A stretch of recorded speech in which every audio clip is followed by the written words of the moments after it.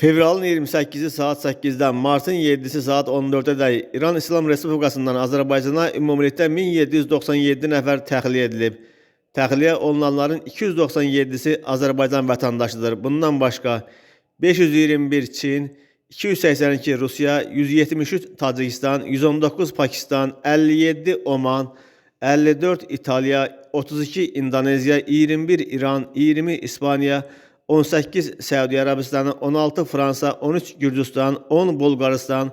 10 Kongo, 8 Braziliya, 8 Böyük Britaniya, 7 Belarus, 7 Özbəkistan, 6 Birləşmiş Ərəb Əmirlikləri,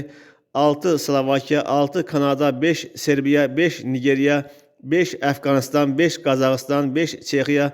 5 İsveçrə, 4 Bəhreyn, 4 İordaniya, 4 Şri Lanka, 4 Yaponiya, 4 Ukrayna, 4 Türkiyə, 4 Macaristan, 4 Belçika, 4 Küveyt, 3 Filippin, 3 Qətər, 3 Meksika, 3 Finlandiya, 3 Xorvatiya, 3 Rumıniya, 3 Bangladeş, 2 Nepal, 2 Livan, 2 Yəmən, 2 Qırğızistan, 2 Sudan, 2 Hindistan, 2 Kipr vətəndaşı, eyni zamanda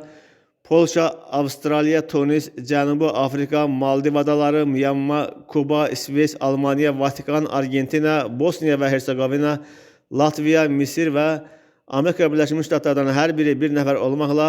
xarici vətəndaş təxliyə olunub. Ümumilikdə 65 ölkənin vətəndaşı